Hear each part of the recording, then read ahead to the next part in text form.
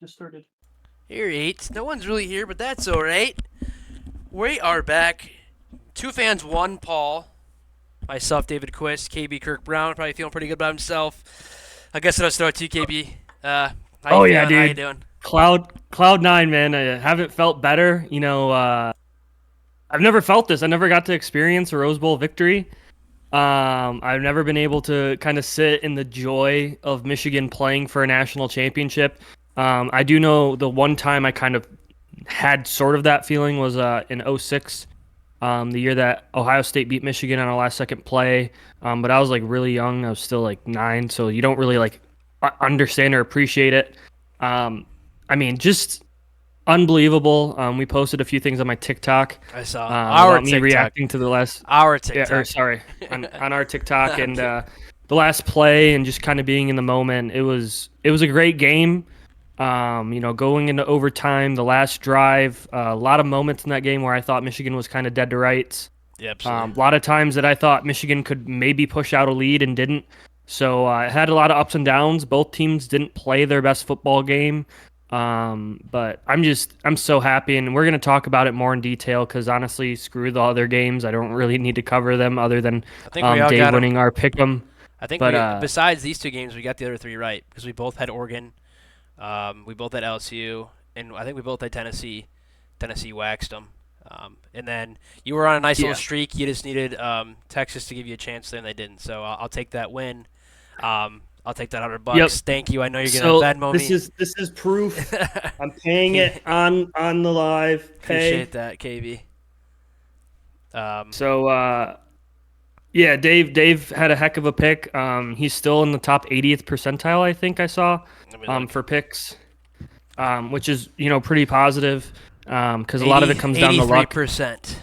Yeah, there's a few games where he had 1 point swings either way that really could have helped him. Yep. Um, I would take all that, Dave. I'll pay you $100 for the rest of my life. I get to see Michigan play in the national championship. Respect. I'm so excited, man. And yeah, the just a quick go over those other games before we break down both of the semifinals, which both games were great.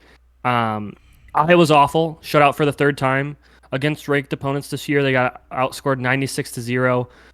They need to completely rethink what they're doing offensively. They need to rethink kind of their whole entire game plan.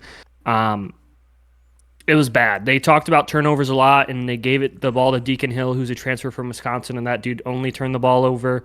Um, just horrendous job by them. Nico looked the part. He had Good. some okay throws, but he was much more athletic. They used him a lot more as a runner, Yep. and he had a lot better feel for the run game than I would say um, Joe Milton did. But just pathetic performance from Iowa. They had a chance to score, and they threw a pick in the double coverage. It was really bad. Some of the other games, I think That was Penn State was missing a lot of players. Oregon absolutely shit canned Liberty after the first quarter. They really started to roll. team total under Um, promo guy. Correct. yeah, and then Uh, who LSU, else? Wisconsin. Yeah, that was actually a fun game. Yeah, Wisconsin was moving the ball well. I don't think LSU's defense is that good. They had like 8 plays of 20 yards or more, I think, when I was listening. I think Mordecai throws a ball. He throws a decent ball, but I think he's got a weird motion. If you want to go back Yeah, and watch some highlights, I don't know how to explain it, but it's a little bit different. Wisconsin didn't look that bad. LSU just I think is just a little bit better, and I think promo guy had the under on this one. I can't remember, but I think the over hit with it's 60-66 here. yeah, and that Wisconsin offense looked like mud for almost all the Big Ten season, Yeah. and they put up real points on on LSU, and that kind of tipped me off that LSU defense is like historically bad levels of bad. That they weren't just like not great. They were really bad. And then obviously the Georgia FSU game was a murder. Just overall, kind of a boring slate of games outside of the Michigan game and the Washington Texas game. So those are the games I really want to focus on, Dave. Unless you have anything else that you want to comment about, any portal stuff before we jump into those, wonderful games. Um, I don't think there's any portal stuff. I can't remember unless you have an idea. I think DJ committed to FSU, Yep, that's true. and that was really the only big portal thing I saw. I think you're right. No problem. We can jump into our games or your game first. We'll just go in order here of kickoff. I think the Rose Bowl is always at 5 o'clock.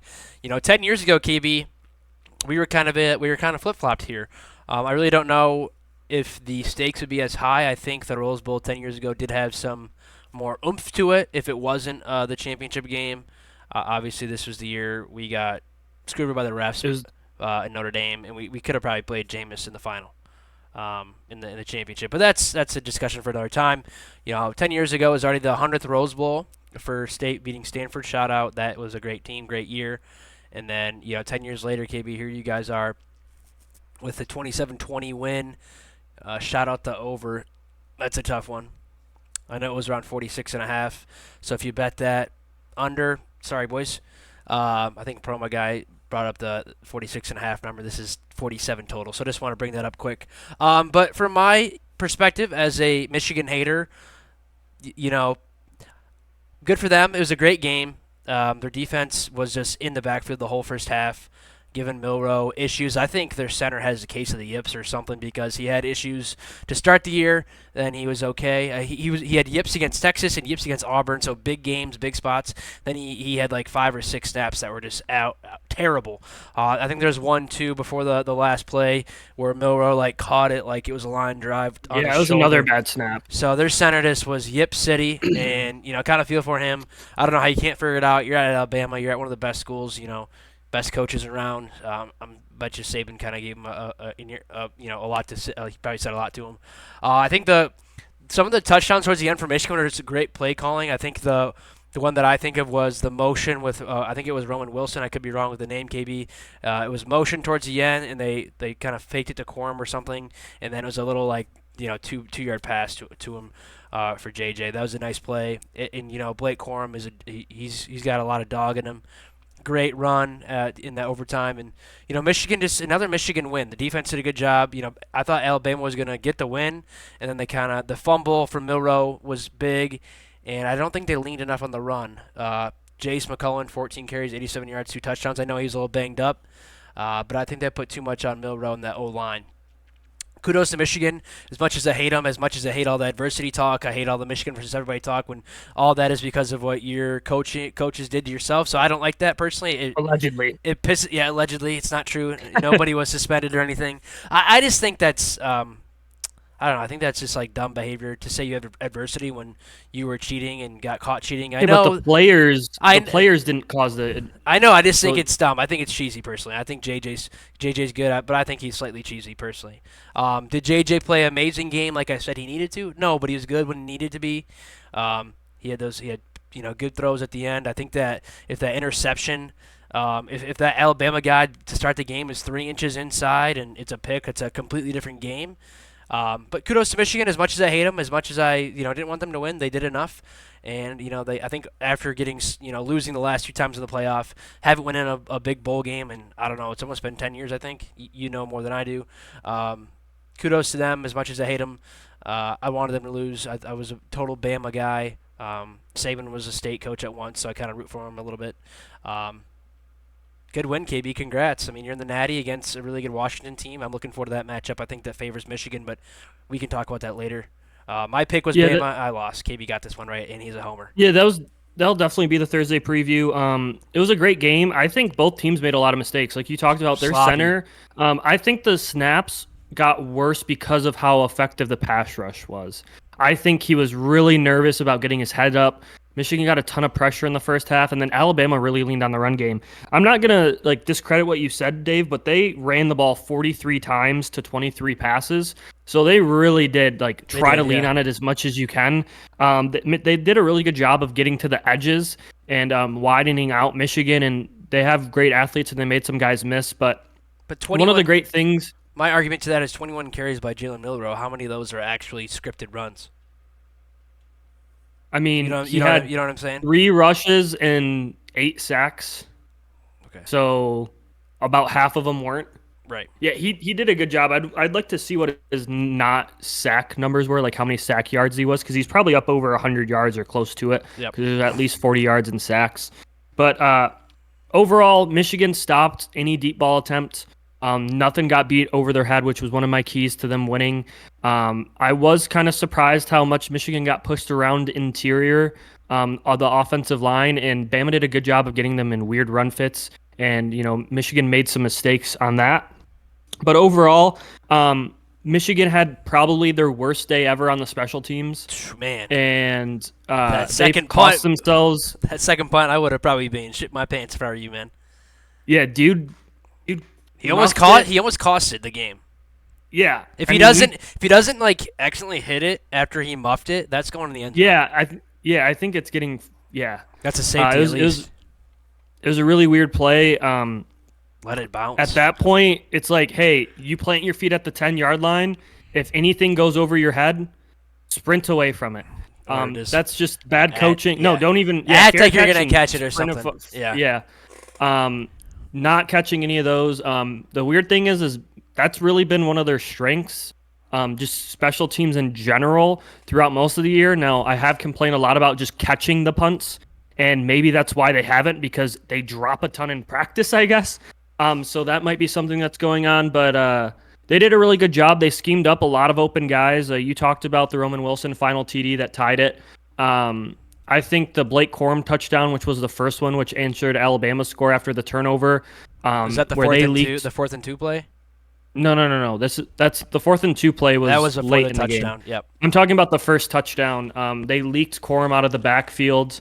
Corum hasn't been the pass catching back, and you don't put Edwards in there to not kind of tip off the defense, and he gets lost in the cover man concept, the switching, and the communication, and it was a really good job. JJ missed a few throws. I don't think his receivers really helped him out a lot.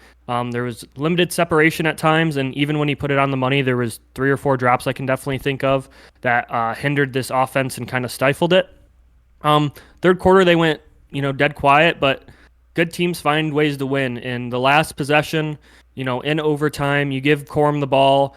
It looks like he's going to get stopped for 2 yards, gets 8 yards on the rush, breaks 2 tackles. And then on the very next play, he has an incredible jump cut. If you can see it from behind, he sets the guy up because it's an inside zone look with a puller coming across, and he runs forward, sets 17 up in the gap, hops a full gap over, and then sprints away, breaks a few tackles. So not their best game, not Bama's best game, I don't think. No. But when you look at it, Michigan outgained them. There weren't a lot of penalties in this game either way. 3 penalties on Bama were all false starts / illegal formation type deals. Michigan had 2 for 25. One was on a really weak, unnecessary roughness call while the play was still going on. I get it's probably not what you want, but I think if you don't call that, no one's really up in arms about it. But that definitely stifled the drive. And, Michigan played a really, really good game. They 8.2 yards per pass against a really great pass defense, and they ran 4.1 yards a carry. Bama had 11 more rush attempts than them, and they averaged out to about 4. So Yep. defense was electric. A lot of great guys, and I want to shout out one player, Josiah Stewart. A lot of guys to shout out on the defense, but Josiah Stewart, he put the reason why the play didn't work. One was a bad snap. It was at his toes, and Milroe didn't have time to look out to the flat where he probably would have thrown it. But Josiah Stewart took J.C. Latham, who's a 5-star, probably early first-round pick in this year's upcoming draft. Josiah Stewart's a 3-star transfer from Coastal Carolina, and he put J.C. Latham into Milroe, and Milroe tripped and fell and got tackled basically by it, and it was just an incredible play. It was both teams are great, and any time that you play Bama, you think if you make any mistakes, you're done for, and Michigan made mistakes and still win. So I think that's a testament to how good that team is, and that this isn't maybe as good as the normal Bama teams that we've seen on capitalizing on stuff because they're just so inconsistent and not really as, put together as most Bama teams are. Yeah, I would say the last play for me, if you watch it back again, they had a pulling guard, and if he follows him, he might get in. I know the edge rusher for Michigan was kind of, by himself as well, but I think what happened, I listened to a lot of other podcasts today, here and there. I think the low snap, the snap just kind of threw him off, and he's like, fuck it, I'm just going to run in, because he had the option to follow his pulling guard, or he had the option to throw it on the swing, which looked wide open. after some chess matches of timeouts, that's the play though. I was thinking do some kind of quarterback run, but it wouldn't have been like that. And obviously the snap doesn't help at all. I'm pretty sure during the Auburn game too, when it was fourth and forever, they had a bad snap as well. So this center just, I don't know what it is. If they Yeah. he's got some yips or something. So feel for him a little bit. But yeah, I would agree, KB. This is a great game. This is a Big Ten game. I mean, both teams on third down, 3 for 13 for Bama, 2 for 11 on Michigan. The difference is Michigan's 2 for 2 on fourth downs, and Alabama was 0 for 1. Great game. Michigan's secondary was very good. I don't think Milroe. I think he's a really athletic. He got a lot better, but I don't think he's you know I think if you switch the quarterbacks in this game, Bama wins. I think JJ's is more composed. When he made that one-handed catch on the reverse pass back to him and threw it, guy coming in his face, that's a big play. That's a ballsy play. Other quarterbacks probably pissing down their leg, So I do give some respect to JJ. Like I said, he didn't play an amazing game, but he stood up when he needed to, and good for him. I hate, not a big fan, but they're a little bit cheesy when it comes to going on the field after the game and soaking it in. I get it. And, of course, someone's got their fucking camera out. I probably do the same thing. So it's just me being petty. Shout out to the players for sticking together. I don't like all the adversity talk, but, it is somewhat true. Everybody's going I to mean, – besides Michigan, though, I think the whole country's on Washington's side right now. So, um, and I, of course, I live in Michigan, and a lot of my friends are Michigan fans, so it's going to be fun. yeah. Just the one note on that, Dave, is I mean, the adversity talk. Everyone does that. Georgia said that they were doubted last year. Like college coaches, and we've talked about this. Like they form cults. These are cults that are True. players, and like that's why you go to school. That's why you wake up at 6:30 in the morning, or no, wake up 5. at 5:30 in the morning to go to workouts for 6 months out of the year to play 12 games in a regular season, where you're most likely going to be completely injured, battered, and bruised. True. You're probably going to have 5 major concussions, 4 mini concussions. You can't fucking think straight when you're in your classroom, and you're like, I don't give a shit. I'm a football player, and it's We because play it's a cult. Like you we can't play think. football. Yeah, you can't think like a normal human being, and so that plays into this role. But JJ had did enough. He missed a few throws. He had a few drops. Not perfect by any means, but 3 TDs, no interceptions. The first play, I was like, oh shit, here we go again. And ended up being completely fine. At the end of the day, I think overall this team fought really well. They soaked it in. This is a long time coming. None of these players had won a bowl game before. So now that you actually did it, even after playing sloppily, kind of might get them some new confidence going in the next game. Although I still think this is a really dangerous matchup with a great team. So I do want to kind of move on, if you're good, Dave, and talk about this Washington-Texas game. I followed it until Washington got up for 2 scores. I went to kind of go lay down. I was still up, but I was following it on my phone, and then I get a text from promo guy.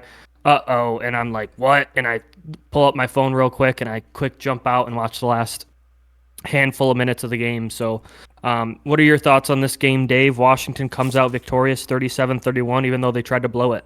Yes, I watched up till I think the first field goal in no, it might have been right at the beginning of the fourth quarter. It was like 11:30 Eastern time, so I was like, I gotta go to bed. I guess the game ended at almost 1 in the morning, so I'm glad I did. Great game.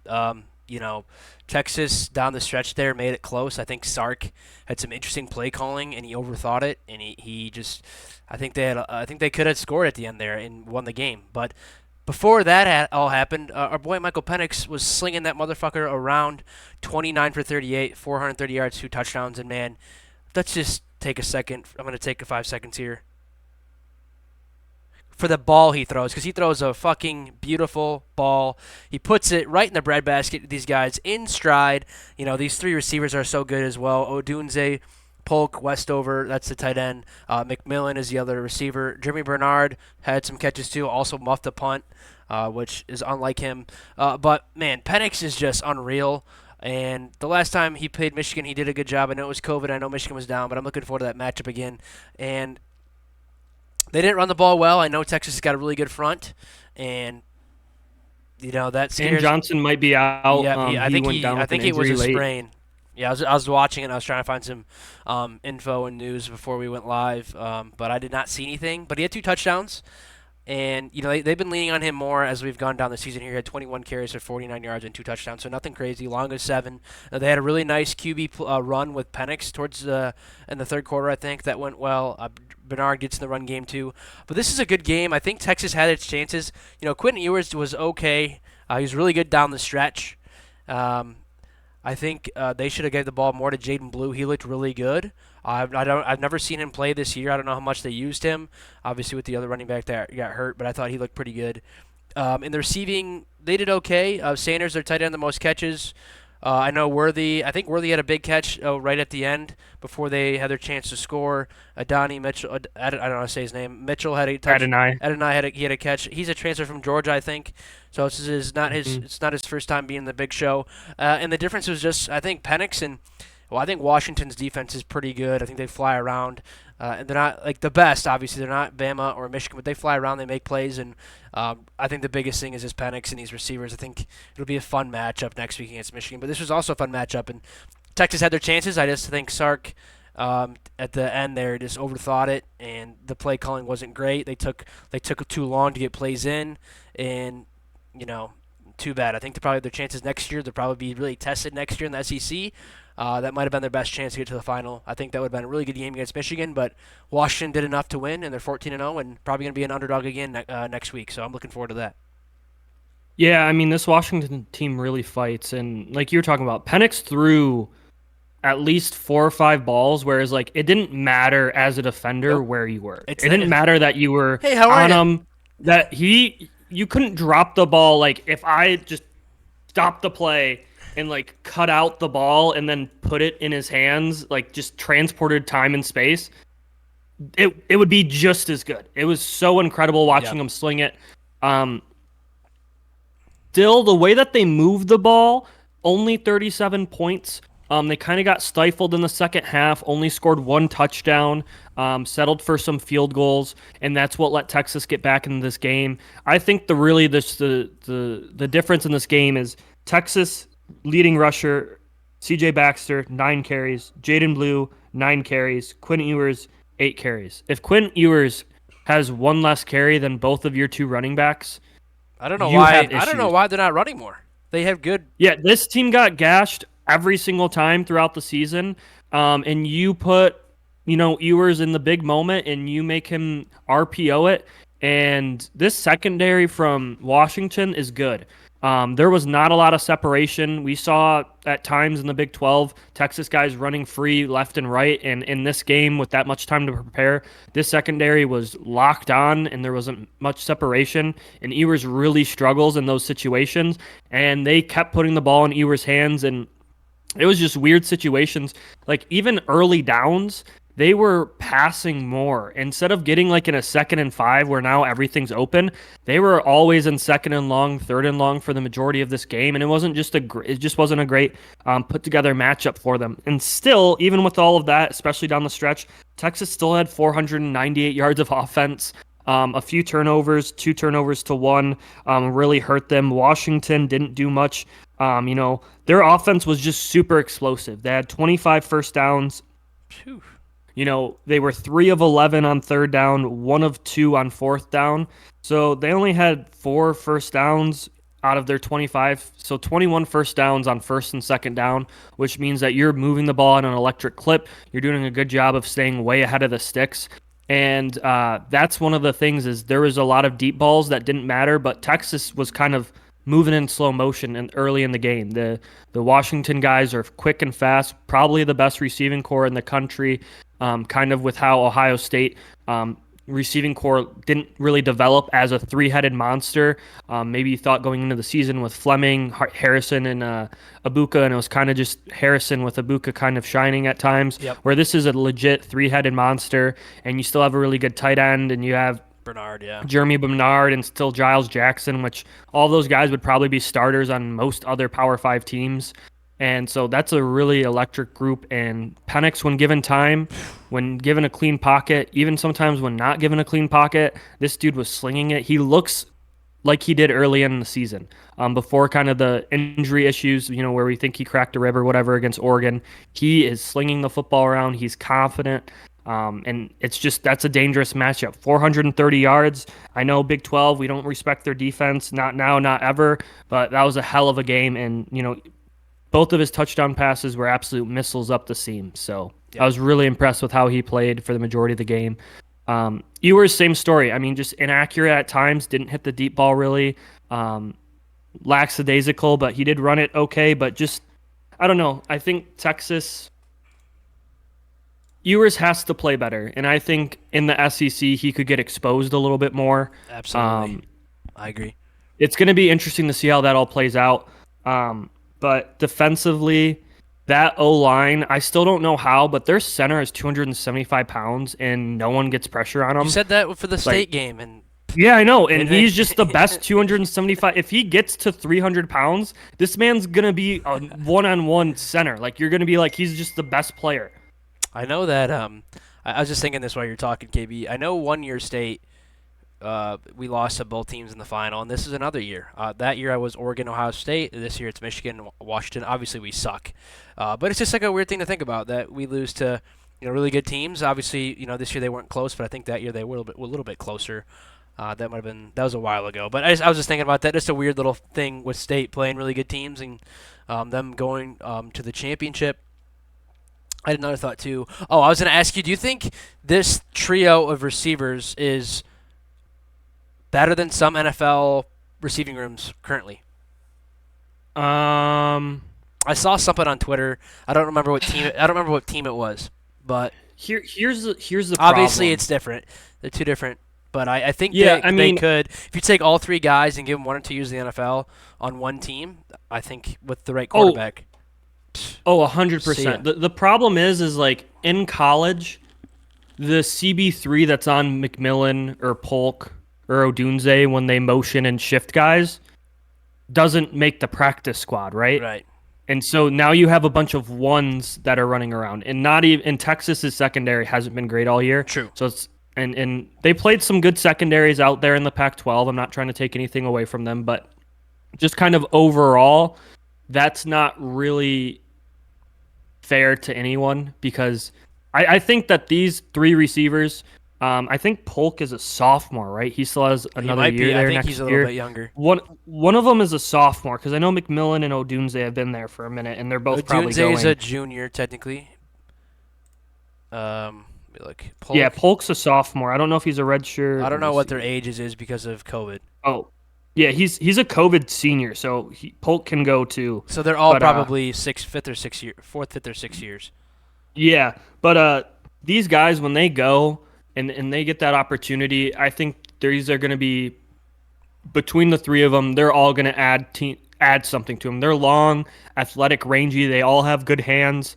I think part of that is Penix throws a really, really good ball. I mean, it just looks easy to It's catch. so He it throws looks it in so a it lot of looks good places. it looks so good. I'm sorry, KB. It's just a beautifully thrown ball.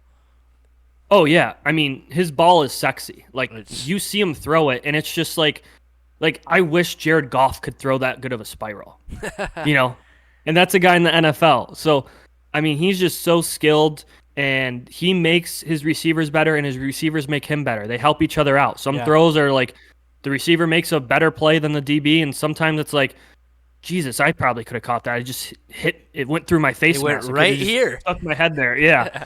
It was really, really impressive what he's able to do.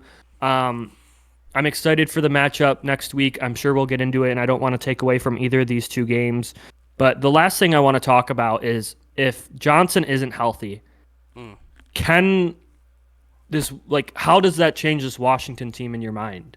Yeah, it makes a big difference because, like I said, they've leaned on him. He had 20 carries, 21 carries. I don't know who the backup is. If it's Tybo Rogers, he had 5 for 19 and a long of 17, so maybe he's okay. But Dylan Johnson, in my opinion, was a difference maker down the road here against Oregon. All those games down the stretch when Penix was hurting and struggling a little bit. So it's going to be, I would see that spread go up to 6, 7, or 8 if he's out officially. I think right now it's around 4.5. I can double check since I'm looking at ESPN. Right now the line is 4.5 in favor of Michigan. Washington being underdogs again, I think that helps them. I think DeBoer is good at getting his guys up. But if Johnson's out, that's big. I would probably, if he's out, I'd probably lean Michigan. Unfortunately, um, as much as I want Washington to win this game, he is a difference maker. I know Michigan's going to stop the run, but not having a guy back there that you don't really know if he's any good or not is going to, make them throw the ball that much more. So if he's out officially, I'd probably lean Michigan as much as I don't want to say that, but you got to be smart and think with your head and not your heart. But I Yeah. think it's really big, and I hope he is healthy. From the way it looked when I was watching highlights, it looked like a sprain. It did not look like a break, but it looked like it could have been a really bad sprain because he didn't walk off or anything. So it's like a grade 3. Those tendons and ligaments are not going to fully heal in a week. Yeah. Have you ever seen any kind of videos of what it looks like when you sprain an ankle? Pretty much the whatever stabilizes that when you cut, it's not connected. So if it's a grade 3, there's no connection there. It's going to be painful unless they do something crazy and they ice that bitch like a motherfucker and wrap it up for him on Monday night. But if he's out, that's a big loss, and I would lean Michigan, like I've said already. Yeah, I do want to say I was really shocked with Washington's O-line. They played fantastic. I know, like outside of just the center, they were the Joe Moore award-winning offensive line. They've allowed 11 sacks all year. So I was really impressed with them, what they were able to do to stifle Texas's front. Now, Texas's front wasn't great, but they even pushed him around a little bit. Like there were times where there were gashes, and DeBoer is a fantastic head coach. He's won everywhere he's gone, and one of the things too is Penix ran a little bit in this game, That which we that haven't one seen. that But one like, play call was really good. I really liked it. It was just like QB draw. yeah, and we didn't see that. Us Big Ten folk, we know what a hazard he was against defenses pre-injuries, but we hadn't seen that since he went to Washington. And his last final hurrah in college football, he's moving and grooving like he was kind of Indiana, a little bit more under What? control, a little bit more in the system. But I was really impressed with how he moved in this game. Yeah. Was he in against Penn State? Yeah, 100%. That was a touchdown. I think so too. As a State fan, I've seen him play in person. I think I was a promo guy, 2019. I think he was there with us. He was slinging the ball around. We had a really good defense that year, but man, I was scared that they were going to come back and win. I think we won like 38-31. Joe Bacci was on the team. Love Joe Bacci. He plays in the Bengals. Great linebacker. Threw the ball like 30 times to this kid called Wap Fillier. Great name. Every time we just hear the guy, Penix to Wap Fillier. First down, Indiana. It was just over and over again. We know, us State fans, we know he's good. I think Michigan knows he's good. You guys saw him in COVID. And I think he might have gained a little more weight than I think in the NFL. He's injury prone. I think that's why he's not so high on draft boards. I think he should be a first day pick. He's just a really good quarterback. But we know how good he is as Big Ten fans, KB. We've seen him. I've seen him in person. You've seen him probably in person. He's really good, and if he's fully healthy, he can move. He's not like an athlete. He's not Jalen Milrow. He's not JJ, but he's still athletic. And I love seeing a lefty being able to sling it around. I wish he was a little bit quicker, a little bit more Michael Vick-esque, but he's not. But man, he throws a good ball, and if he's healthy, his legs can make a difference.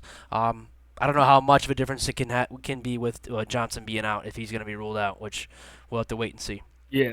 Yeah, that'll be an interesting preview that we'll do. The last thing I want to bring up about this Washington team is Braylon Trice. He's the edge rusher. He had 2 sacks in this game. He had 5 total tackles. He wreaked havoc. He also had a forced fumble. Did he His hurt sack somebody? total. I feel like he hurt someone. Like, not on purpose, but like he lit somebody up. I don't know. It was in the he third. may have. But I know you're talking about. Yeah. He's a name that He had popped 10 out. sacks last year. He has 7 this year. He's a junior. Really impressed with him. Just his get off is a lot quicker than kind of a lot of things than a lot of guys' are. He just reacts to that ball, and he can beat you in an instant to where the quarterback can't even react. So I was really impressed with him. But this was just a wonderful game, and I'm excited. The last 2 years of the college football playoff gave us 2 extremely fun bowl games down the stretch. Michigan against TCU was electric. Georgia versus Ohio State was fantastic too. And so the last 2 years, as this is going out and going to be dying on us as we expand, they did a good job. I would agree. As much as I think Florida State showed that I know a lot of guys sat out, but obviously I think they would have lost to any of these teams. So They got it right. These are great matchups. These are great games. I saw some meme of like Scorsese saying this is cinema. So shout out to the committee for getting it right on both games, and I think we'll have a great championship game. So good on them. Unlike last year, it was terrible. But I'm looking forward to the preview, KB. Really looking forward to that Dylan Johnson news. Hopefully, we get some good news in a day or two. Got to say, Washington defense has some names on it. I'm trying to say some of these in my head, and I don't even know how to say them. Edafon Ulufosio, Alfonso. They got to be Polynesian Hawaiian guys, and those guys are athletic. I remember. Let's go quick back when we went to the game last year at Seattle. You could tell they're not like the biggest guys, but the way they move, they're athletic. Those guys are, just look out for those guys. There's a lot of Polynesian and Hawaiian guys that go to Washington, and they're really good on the D line. So just something I was thinking about because I was looking at their names.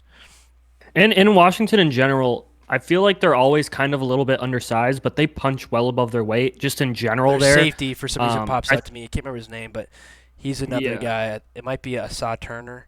Is he 20? Yeah, their cornerback Jabbar Muhammad is really good too. He had 3 pass breakups in this game. They just fly around. I know, just get a little bit of a preview just because like we're talking about their defense. I know a lot of Michigan fans are like, oh, we'll just shove it down their throat. It's going to be no worries at all. That's what we thought against TCU. If you don't game plan a creative run attack, if you don't game plan people into, plus battles and you just stick your head in the mud, that's what can happen is you get stunned a little bit. I think Michigan came out in the Alabama game and finally came out with a game plan that was like, hey, we don't have to be stubborn morons. We can do things. And I think DeBoer does that week in and week out better than anyone else in the country. He's going to get at least 2 plays where someone's running wide open because he's studied the film and he knows that in this coverage you're going to be in a post help and he's going to put, an out route on the, a post and the O-line's going to protect Penix for 6 seconds and there's going to be a beautiful ball flying over our heads. It's going to be a great matchup going into this week. I'm really excited for everything. And the one thing I do want to say is the purple jerseys that they had in this game and the whites of Texas was absolutely like the jersey matchups that we had were in both games were freaking fantastic. Yeah, I would agree. 1,000%. It'd be really cool if Bama wore their reds. I think the primary color jerseys, going against each other is a good look. Obviously, probably wouldn't work with purple and blue. They're a little too close. Purple and blue, yeah. I do like it. Is this all Nike? Nope.